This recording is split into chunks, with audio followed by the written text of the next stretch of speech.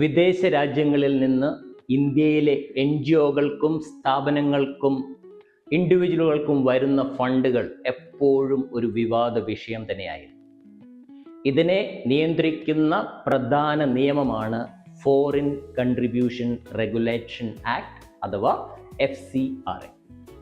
ഇന്ന് നമുക്ക് ഈ നിയമത്തിൻ്റെ തുടക്കം, ഇതിലുണ്ടായിരിക്കുന്ന ഭേദഗതികൾ, ഇപ്പോഴത്തെ വിവാദം എന്നിവയെക്കുറിച്ച് സംസാരിക്കാം.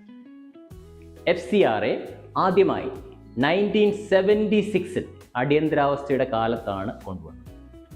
വിദേശ സംഭാവനകൾ നിയന്ത്രിക്കുക, രാഷ്ട്രത്തെയും മാധ്യമങ്ങളെയും മറ്റ് സൂക്ഷ്മ മേഖലകളെയും വിദേശ ശക്തികൾ ബാധിക്കാതിരിക്കുക എന്നിവയായിരുന്നു ഇതിൻ്റെ ലക്ഷ്യം.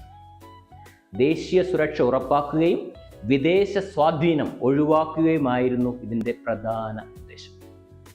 2076 ശേഷം 2 പ്രധാന ഭേദഗതികൾ ഈ ആക്ടിൽ നടപ്പിൽ വന്നു. ഒന്നാമത്തേത് 2010 ഭേദഗതി. ഇതിലൂടെ 1976 നിയമം മാറ്റി പുതിയ ഒരു ഫ്രെയിം വർക്ക് കൊണ്ടുവന്നു. NGOകൾക്ക് രജിസ്ട്രേഷൻ നിർബന്ധമാക്കി, റിപ്പോർട്ടിംഗ് ശക്തമാക്കി, നിയമലംഘനം നടത്തിയാൽ ലൈസൻസ് റദ്ദാക്കാനുള്ള അധികാരം ഗവൺമെന്റിന് നൽകി. 2020 ഭേദഗതികളിലൂടെ NGOകൾക്ക് വിദേശ ഫണ്ട് മറ്റൊരു സ്ഥാപനത്തിന് കൈമാറുന്നത് നിരോധിച്ചു.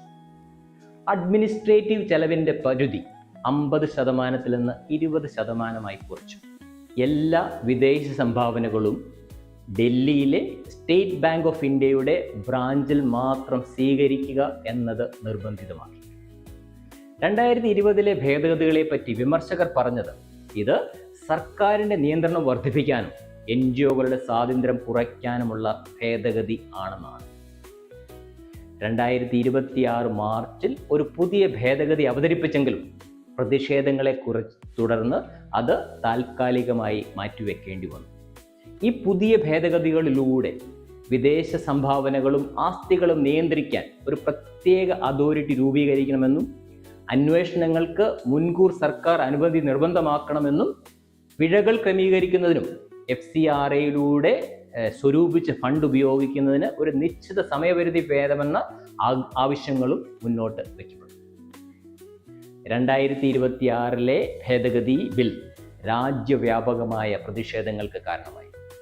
പ്രതിപക്ഷ പാർട്ടികൾ ആരോപിക്കുന്നത് സർക്കാർ FCRA ഉപയോഗിച്ച് സിവിൽ സൊസൈറ്റിയെ നിയന്ത്രിക്കാൻ ശ്രമിക്കുന്നു എന്നാണ്. കേരളത്തിലെ ക്രൈസ്തവ സഭകൾ ശക്തമായി അവരുടെ എതിർപ്പ് രേഖപ്പെടുത്തി.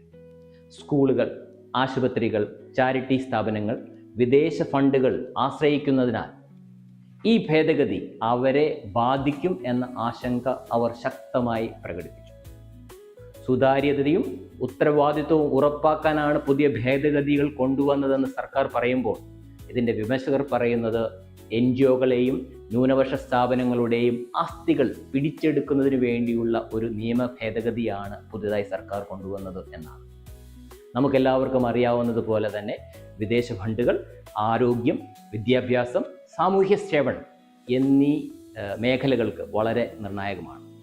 ഇതിലുള്ള നിയന്ത്രണങ്ങൾ വർദ്ധിച്ചാൽ സിവിൽ സൊസൈറ്റിയുടെ പ്രവർത്തനങ്ങൾക്ക് തടസ്സമാവുകയോ അത് ചുരുക്കപ്പെടുകയോ ചെയ്യാനുള്ള സാധ്യതകളുണ്ട്.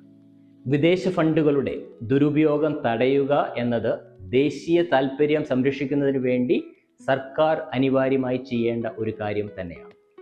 എന്നിരുന്നാൽ തന്നെയും സിവിൽ സൊസൈറ്റി ഓർഗനൈസേഷൻ്റെ സ്വാതന്ത്ര്യം നിലനിർത്തുന്നതും വളരെ ഇമ്പോർട്ടൻ്റ് ആയ ഒരു ഘടകം തന്നെയാണ്. അവസാനമായി FCRA ഒരു നിയമത്തിൻ്റെ പ്രശ്നം മാത്രമല്ല, ഇത് സർക്കാർ നിയന്ത്രണവും സിവിൽ സൊസൈറ്റിയുടെ സ്വാതന്ത്ര്യവും തമ്മിലുള്ള ബാലൻസിൻ്റെ പ്രശ്നമാണ്.